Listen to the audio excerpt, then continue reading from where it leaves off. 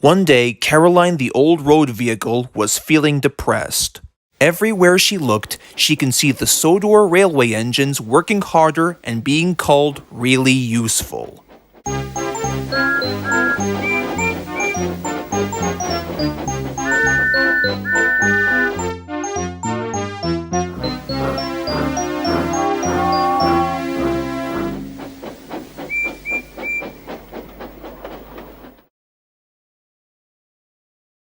At a nearby parking spot close to the rails, Caroline was having her engine examined very carefully, until eventually, "I don't understand what's wrong with you, Caroline. Your motor seems to be working fine once we left AutoZone." You know, as much as I hate to say it, everybody on the island of Sodor should have known that I don't like going fast. It makes my engine overheat. Well, I get what your message is, Caroline. But my point here is that there are all kinds of different people and vehicles that have to keep up with the hustle and bustle in case they are late. The Fat Controller's orders, you know. I know that, although I wish I was made into something more, well, super advanced, if you will. Yeah, such as? Well, if I was made into one of them new-fashioned derby cars, that would be different.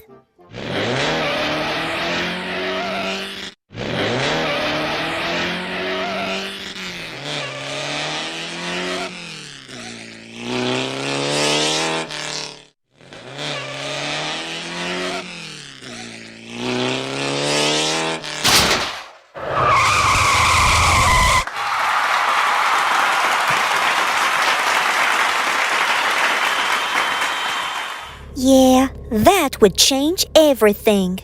Yeah, but that only happens in cutaway gags. Hopefully you'll be as good as new. You'll see. Oh, is that so, huh? Well, Jim Henson got a wait-and-see attitude, and look what's happened to him. Now we've got wrong-sounding Muppets. Hey, Swedish chef. Oh, hey, Kermit, what's going on? I'm hungry. Oh, that's no problem. I could cook you something. You want some spaghetti? That's like my specialty in junk. Yay!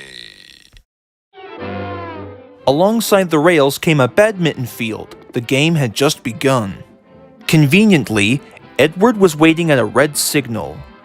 "Well, unless the signal drops," said his driver, "I guess it's appropriate to watch the game from up here." Then there was trouble.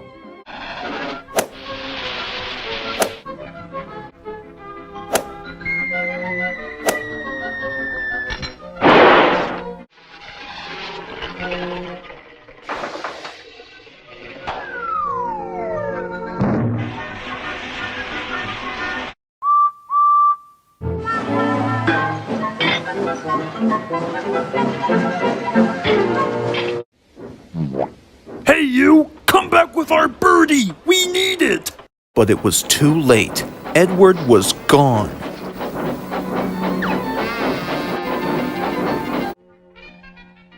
Well, guys, it looks like we're gonna have a quick field trip with Caroline.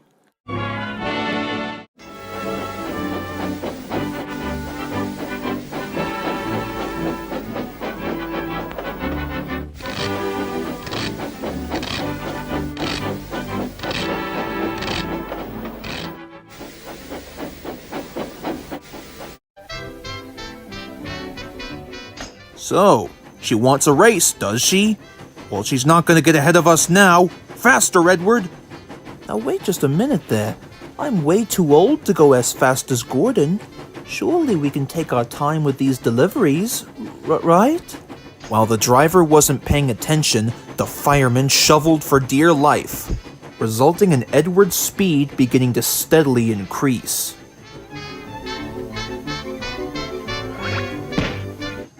Oh, I don't think I can go faster than this, complained Caroline. I'm gonna blow a gasket or something.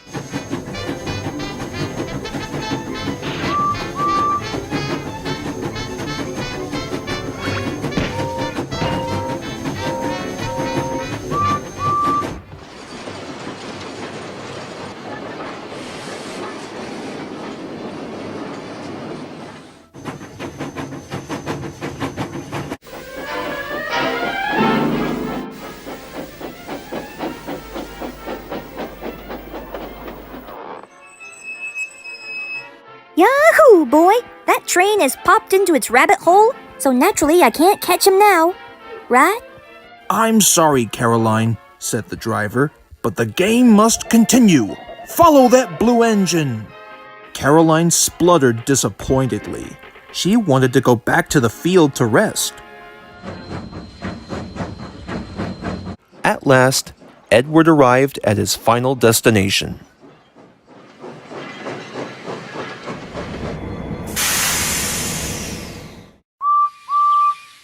He was proud that he made some great record time when he heard an unfamiliar noise.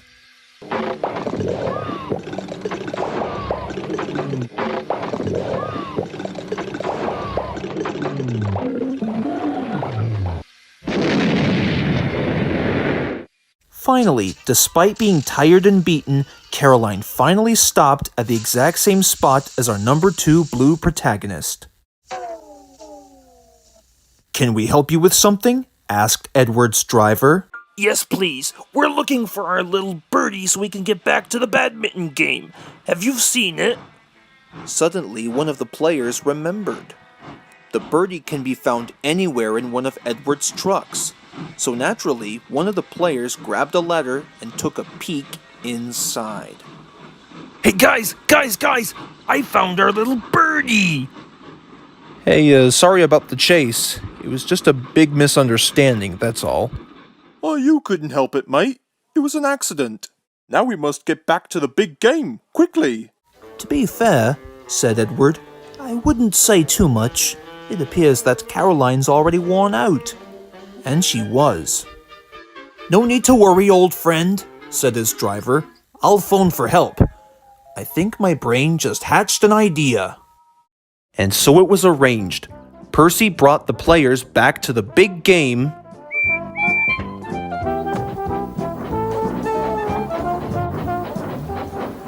And Caroline was sent back to be mended. I sure do hope you get better soon. Not to mention that I hope that this new motor of yours won't cause you to break down every so often.